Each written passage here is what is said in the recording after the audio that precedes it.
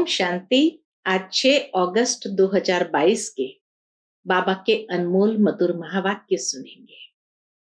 मीठे बच्चे, ज्ञान सागर बाप और ब्रह्मपुत्र नदी का यह संगम हीरे समान है। यहां तुम बच्चे आते हो कौड़ी से हीरे जैसा बनने। आज की मुरली से प्रश्न है, सतयुगी राजधानी की स्थापना कब और कैसे होगी? उत्तर, जब सारी पतित सृष्टि की सफाई हो, अर्थात पुरानी सृष्टि का विनाश हो, तब सतयुगी राजधानी की स्थापना होगी। उसके पहले तुम्हें तैयार होना है, पावन बनना है। नई राजधानी का संबंध तब शुरू होगा जब एक भी पतित नहीं रहेगा। नई राजधानी का संबंध तब शुरू होगा जब एक भी पतित नहीं रहेगा। यहां से संबंध शुरू नहीं होगा। भल राधे कृष्ण का जन्म हो जाएगा, लेकिन उस समय से सतयुग नहीं कहेंगे। जब वह लक्ष्मी नारायण के रूप में राजगद्दी पर बैठेंगे, तब संबंध प्रारंभ होगा। तब तक आत्माएं आती जाती रहेगी। यह सब विचार सागर मंथन करने की बातें हैं। आज की मुरली से पहले गीत बजा है, यही बहार है दुनिया को भूल जाने की। ओम शांति। यह बच्चे कहाँ आए हुए हैं? ज्ञान सागर के कंठे पर। वैसे रहते हैं ज्ञान गंगाओं के कंठे पर, और अभी आए हैं ज्ञान सागर के कंठे पर। कौन आए हैं? ज्ञान गंगाएं।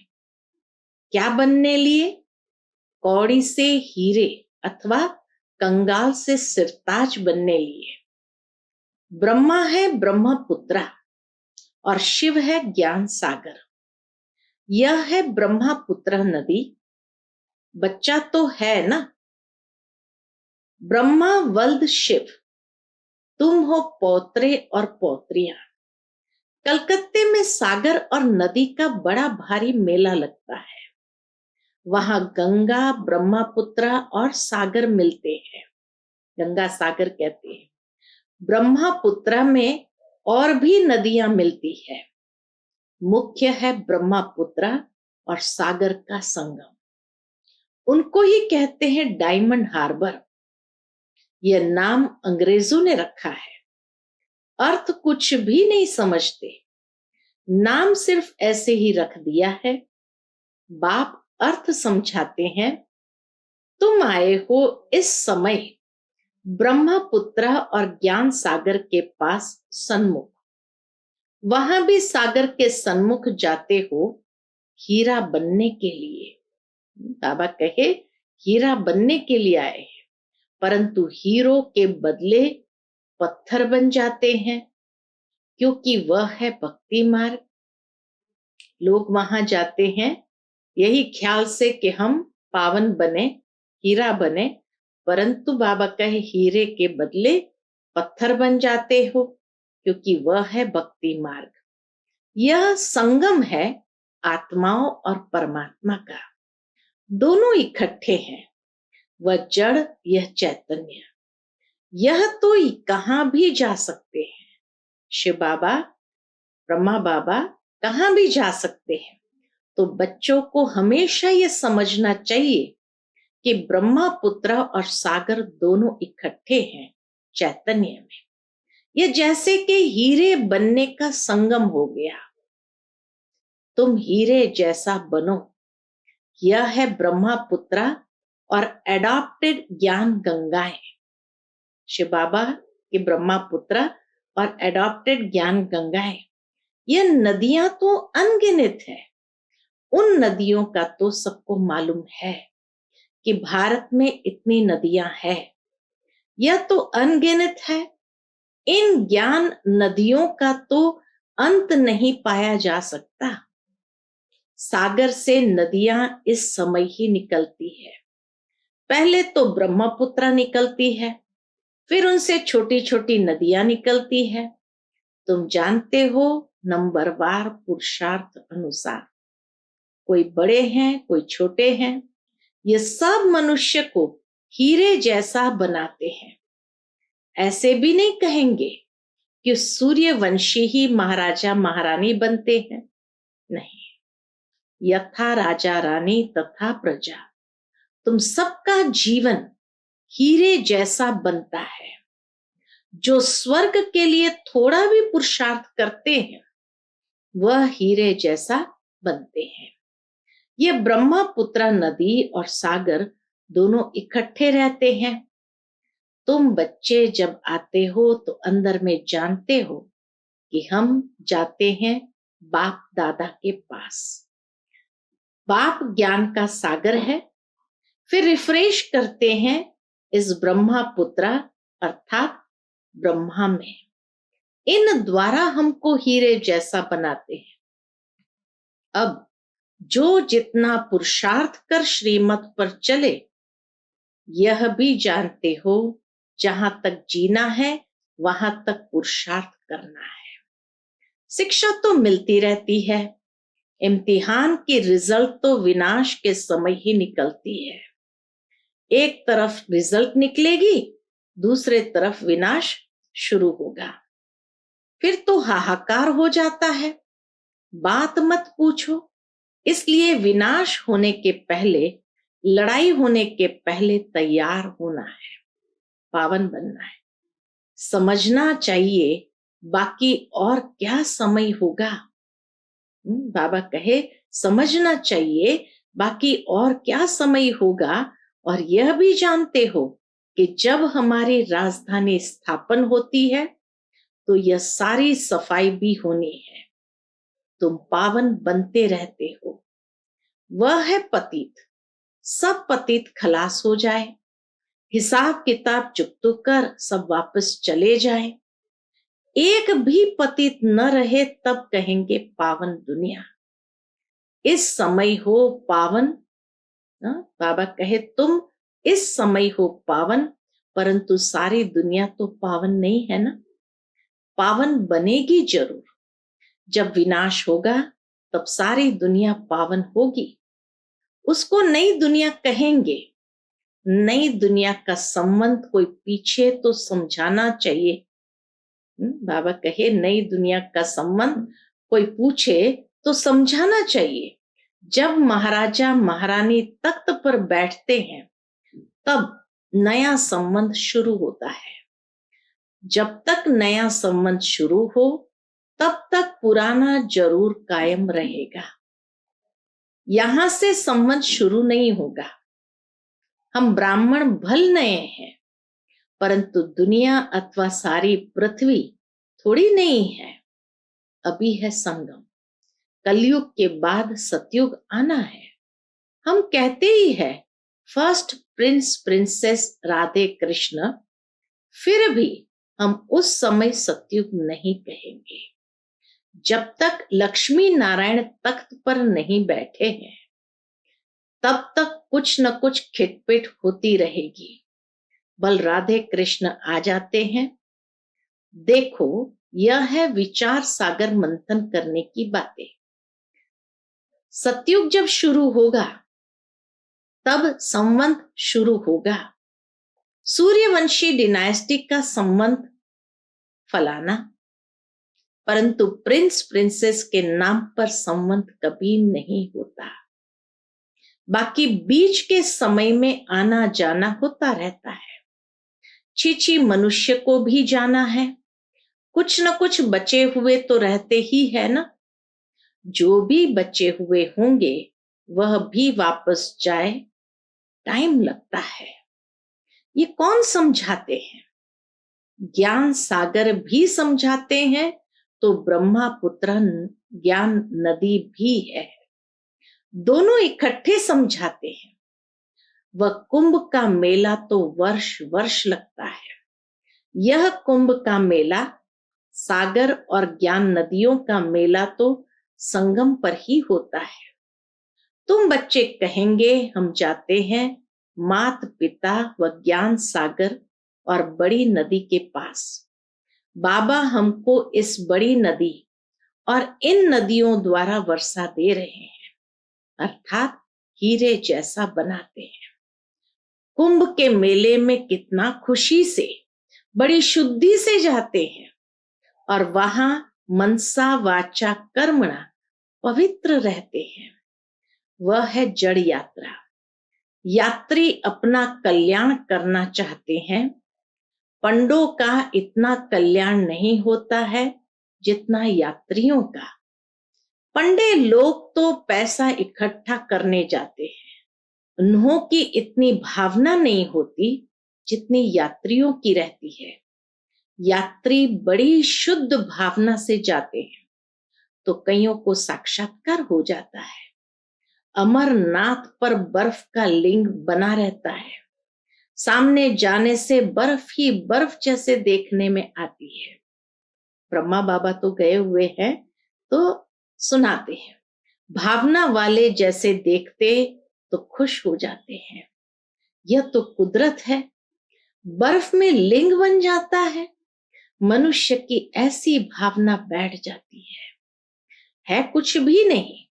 सच्ची यात्रा तो अभी तुम्हारी हो रही है। मनुष्य समझते हैं भगवान के पिछाड़ी बहुत धक्का खाया है भगवान से मिलने, परंतु भगवान मिलता ही नहीं। बाबा ने समझाया है, भगवान का तो चित्र नहीं निकाल सकते हैं, बिंदी का फोटो क्या होगा। वह तो समझाने के लिए कहा जाता है कि स्टार है, भ्रुकुटी के बीच चमकता है। कई बच्चियां भ्रुकुटी में टीका लगाती है। यह सुना हुआ है ना कि आत्मा का निवास स्थान भ्रुकुटी में है, तो स्टार लगाती है। सच्चा तिलक अगर कहे तो वह है। राजाए का तिलक फिर बड़ा होता है, वह स्थूल राज तिलक मिलता है। तुम बच्चों को ज्ञान आ जाता है कि हम आत्माओं को अब राज तिलक मिलता है। आत्मा समझती है कि अभी हमको परमपिता परमात्मा से राज तिलक मिलता है। भ्रुकुटी के बीच बहुत अच्छा स्टार लगाते हैं, सोने का भी लगाते हैं। अभी तुमको सारा ज्ञान मिला हुआ है। हम स्टार अब हीरे जैसा बनते हैं। हम आत्मा स्टार है, परमपिता परमात्मा भी स्टार इतना ही छोटा है, परंतु उनमें सारी नॉलेज है। यह बातें बड़ी गूढ़ है। तुमको ज्ञान अर्थात सोजरा मिला है। परम पिता परमात्मा के रूप को भी देखा समझा है। देखा अर्थात समझा है। जैसे आत्मा का साक्षात्कार होता है वैसे परमात्मा का भी होता है। कहेंगे जैसे तुम हो वैसे मैं हूं। बाकी बच्चों को बाप का क्या साक्षात्कार चाहिए। बाबा पूछते, बाकी बच्चे को बाप का क्या साक्षात्कार चाहिए। आत्मा छोटी बड़ी नहीं होती, जैसे तुम वैसे बाप हो। सिर्फ महिमा और पार्ट अलग अलग है और सबसे भिन्न भिन्न है। एक न मिले दूसरे से। एक्टर्स का पार्ट एक जैसे थोड़ी हो सकता है। इसको ईश्वर की कुदरत कहा जाता है। वास्तव में ड्रामा की कुदरत कहे, क्योंकि बाबा ऐसे नहीं कहते कि मैंने ड्रामा बनाया है। फिर प्रश्न उठेगा कि कब बनाया। इनको कहा ही जाता है कुदरत। ये चक्र कैसे फिरता है सो अभी तुम जान गए हो। आत्मा स्टार है, उनमें कितना बड़ा पार्ट है। परम पिता परमात्मा सर्वशक्तिमान वर्ल्ड ऑलमाइटी अथॉरिटी है। ज्ञान का सागर कहा जाता है। यहां किसको ज्ञान का सागर नहीं कहा जाता। वेद शास्त्र पढ़ने वाले शास्त्रों का ही ज्ञान सुनाते हैं। बाकी बाप में जो ज्ञान है वह तो कोई में नहीं है। बाबा के पास जो ज्ञान है वो तो इस संसार में कोई में नहीं है। भगवान ही आकर सहज राज योग का ज्ञान सिखलाते हैं। उनको ही ज्ञान का सागर कहेंगे। तो यह नदियों का मेला लगता है। यह भी समझते हो कि सागर से ही नदियां निकलती है। कई बच्चों को यह भी मालूम नहीं रहता है। वैसे ही तुम्हारी बातों को भी कोई नहीं जानते। ज्ञान सागर कैसे आता होगा, उनसे ज्ञान गंगाएं कैसे ज्ञान पाती होगी, यह है ज्ञान की बातें। मनुष्य द्वारा बुद्धि में जो बातें बैठी है, तो सच्ची बातों का किसको पता नहीं है। शास्त्रों की बातें बैठी हुई है, इसलिए बाबा कहे सच्ची बातों का किसको भी पता नहीं है। तुम अब उस सागर और इस ज्ञान सागर को जान गए हो। अभी वह सागर और नदियां तो दुख देती रहती है। बाढ़ आती है तो दुख देती रहती है। सागर भी उछल पड़े तो कितना नुकसान कर देते हैं। अभी ज्ञान सागर पतित पावन को सब याद करते हैं। उस सागर व नदियों को कोई याद नहीं करते। पतित पावन ज्ञान सागर को याद करते हैं। उस सागर से ही यह नदियां निकली है। उनके नाम रूप देश काल को कोई जानते नहीं है। बल शिव नाम कहते भी है, सिर्फ लिंग का नाम रख दिया है। बाबा का नाम अविनाशी है ना। शिव बाबा रचयिता एक है, उनकी रचना भी एक है और अनादि है। कैसे अनादि है, वह बाप बैठ समझाते हैं। सतयुग में ये त्योहार आदि कुछ भी होते नहीं, सब गायब हो जाते हैं। सब गायब हो जाते हैं। फिर भक्ति मार्ग में शुरू होंगे। मनुष्य समझते हैं स्वर्ग था, फिर स्वर्ग आएगा, परंतु इस समय तो नरक है। इनकी आयु का किसको पता नहीं है। घोर अंधियारा है। कल्प की आयु का भी किसको पता नहीं है। कहते भी है यह जो ड्रामा है वो फिरता रहता है, परंतु आयु का पता न होने के कारण कुछ भी समझते नहीं है। ब्रह्मा के मुख द्वारा बाप बैठ सभी वेदों शास्त्रों का सार समझाते हैं, तो उन्होंने फिर ब्रह्मा के हाथ में शास्त्र दे दिए हैं। वह भी सब शास्त्र हाथ में थोड़ी पकड़ सकते हैं। वह ब्रह्मा द्वारा कोई सब शास्त्र थोड़ी सुनाते हैं। जानते हैं ये सब भक्ति मार्ग के हैं। यह तो पढ़ते आए हैं। कब से पढ़ते आए हैं, जानते कुछ भी नहीं, सिर्फ कह देते ये अनादि है। वेद व्यास ने रचे हैं, वेदों को ऊंचा मानते हैं, परंतु लिखा हुआ है वेद शास्त्र आदि सब गीता की रचना है। तुम बच्चे जानते हो ये वेद शास्त्र आदि वही फिर बनेंगे, फिर वह नाम रखेंगे। अभी तुम जानते हो हम फिर पूज्य बन रहे हैं, फिर पुजारी बनेंगे तो मंदिर आदि बनाएंगे। राजा रानी मंदिर बनाएंगे तो प्रजा भी बनाएंगी। भक्ति मार्ग शुरू होने से फिर सब मंदिर बनाने लगते हैं। घर घर में भी बनाएंगे। लक्ष्मी नारायण की राजधानी में तो राधे कृष्ण का मंदिर बन नहीं सकता। लक्ष्मी नारायण की राजधानी में तो राधे कृष्ण का मंदिर बन नहीं सकता। मंदिर तो भक्ति मार्ग में बनते हैं। जैसे जैसे गिरते जाते हैं मंदिर बनाते जाते हैं। सूर्यवंशी और चंद्रवंशियों की जो प्रॉपर्टी है वह वैश्यवंशी शूद्रवंशी भोगते हैं। नहीं तो ये राजाएं कहां से आए। प्रॉपर्टी चलती आती है।